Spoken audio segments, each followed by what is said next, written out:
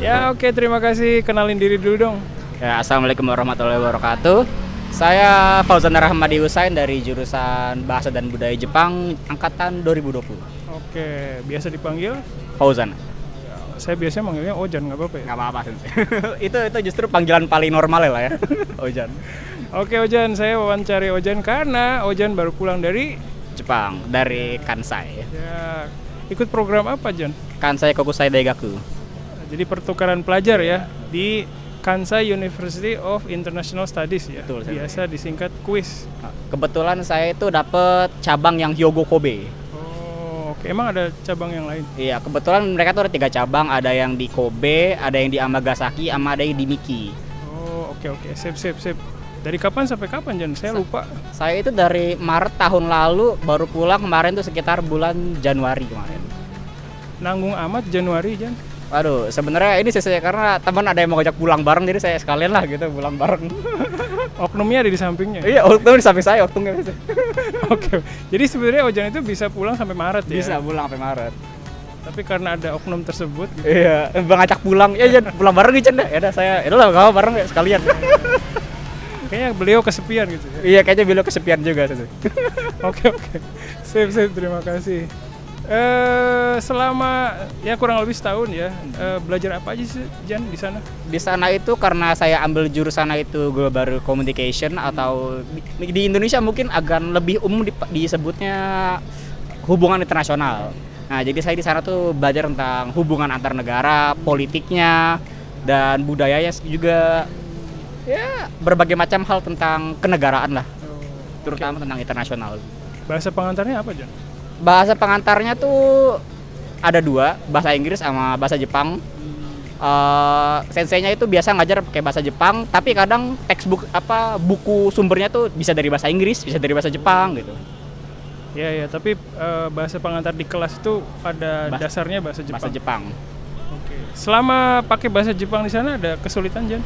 Sebenarnya bukan kesulitan sih. Awalnya karena kita kan biasanya sebelum berangkat saya itu kan pakai bahasa Jepang paling cuman kayak sehari cuma berapa kali sih, terus kayak seminggu, sebulan gitu ya kan, nggak sering-sering amat lah. Terus nyampe sana tuh harus pakai bahasa Jepang terus menerus, sebenarnya bukan kesulitan, pusing gitu. Tapi lama-lama terbiasa juga, lancar lah alhamdulillah. Awalnya susah tapi lama-lama biasa. Iya, biasa sebenarnya. Selama di sana ikut kegiatan mahasiswa Jan? Alhamdulillah saya ikut kegiatan mahasiswa aktif saya. Apa contohnya? Contohnya waktu itu saya pernah dari kampus, saya itu ikutan ngajar bahasa Inggris di SMA. Dari kampus minta, ini kita ada baito nih untuk ngajar di SMA, kalian ada yang mau nggak? Ya udah saya daftar ikutan, saya bareng sama teman-teman saya beberapa orang untuk ngajar di sebuah SMA namanya tuh Miho di Amagasaki gitu. Oke. Terus selama di sana kesulitan dengan sosialisasi Jan? Dapat teman baru banyak atau gimana? Alhamdulillah teman saya di sana banyak dari berbagai macam negara. Ada yang dari Malaysia, Filipina, Jepang, dari mana aja banyak. Sebenarnya kesulitan sih enggak, mungkin awal-awal tuh kayak kulturnya agak beda ya, jadi harus beradaptasi gitu lah, harus tahu kultur mereka tuh gimana sih gitu. Ya. Oke. Tadi ngomong-ngomong tentang baito, selama di sana baito juga Jan? Saya baito di sana. Di mana tuh? Baito saya tuh di kafe. Jadi kayak saya kerjaannya tuh di sana bikin teh, terus bikin dessert kayak es krim, gelato gitu, habis itu French toast dan sebagainya macam. Dapat ini nggak apa? Sisaan gitu? Oh, dapat alhamdulillah sih. Apa namanya? Makanai. Sering saya dapat makanai sering. Oke. Itu sebulan bisa buat ngehidupin alhamdulillah. Ojan di sana ya? Alhamdulillah bisa sebenarnya. Paling sedikit dapatnya berapa? Paling sedikit saya itu waktu awal-awal kerja, karena itu kan saya kan waktu pertama kali masuk kan gak full 1 bulan, itu saya paling kecil tuh dapatnya yomeng.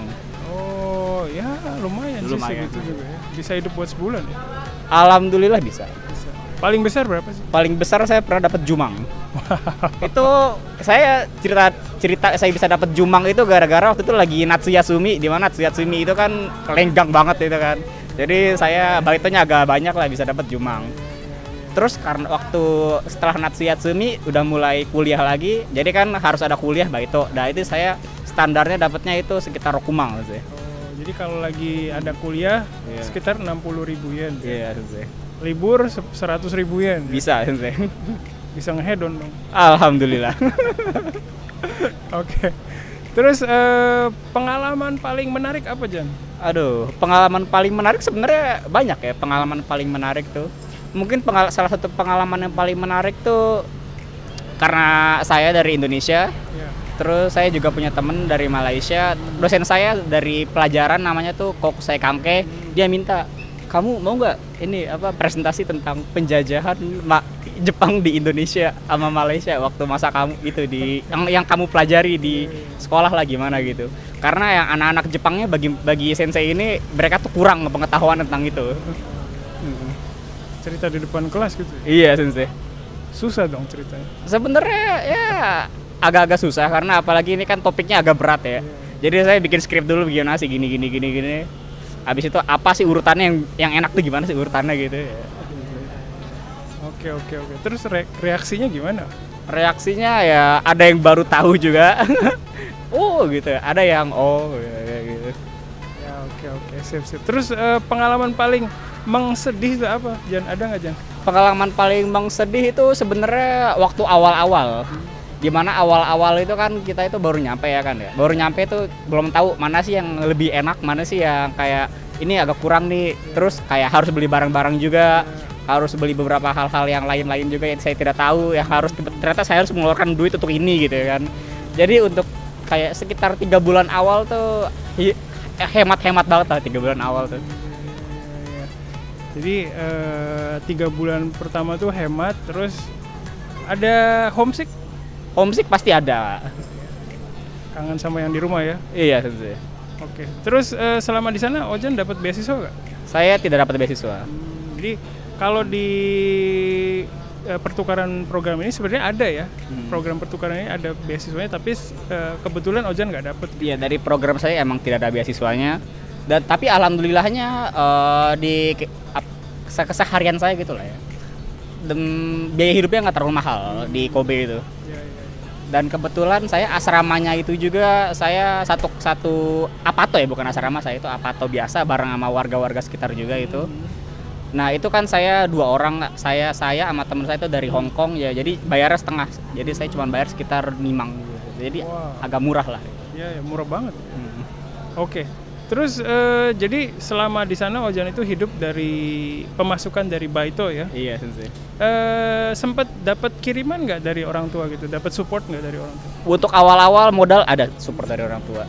Ya, berapa bulan pertama tuh biasanya? Ya, sekitar beberapa setengah bulan, 3 bulan pertama saya bawa itu modal dari orang tua itu sekitar 30 juta untuk sana. Wow. Oke. Jadi tapi dapat baitonya setelah berapa bulan ya? Baito tuh sekitar 4 bulan saya baru dapat baito gitu. Oke. Kenapa bisa sampai selama itu? Sebenarnya karena di sana tuh saya sudah berkali-kali nyari baito ya gitu ya. Karena di Kobe itu agak kurang ramah sama Geikokujin. Gak terlalu banyak Geikokujinnya ya kan ya. Jadi bagi Geikokujin kayak di sini kayaknya nggak perlu banget Geikokujin gitu ya kan ya. Jadi agak susah lah. Mungkin kalau saya agak ke Osaka mungkin agak gampang karena di Osaka kan banyak turis juga. Tapi karena saya di Kobe, di mana turisnya itu nggak sebanyak saya. Bahkan saya pertama kali nyampe juga kayak, ini orang luarnya saya doang gitu. Saya tidak ketemu yang lain lagi. Berarti daerah sana masih sedikit orang asingnya ya? Orang asingnya masih sedikit banget. Oke, Jan. Makasih banyak, Jan. Terus terakhir nih pesan buat adik kelasnya yang mungkin punya minat ke program pertukaran pelajar tapi masih ragu tuh gimana, Jan? Kata saya sih semangat aja, coba dulu nggak apa-apa, nggak usah takut. Yang pasti ya harus ada modal finansial juga. Nah selain itu juga harus ada modal mental kita, mau nggak gitu sih kita di sana tuh ya kan, gimana mau coba nggak sih gitu sih. Ya oke, sip. Ojan makasih banyak waktunya hari ini. Sama-sama saya. Bye bye.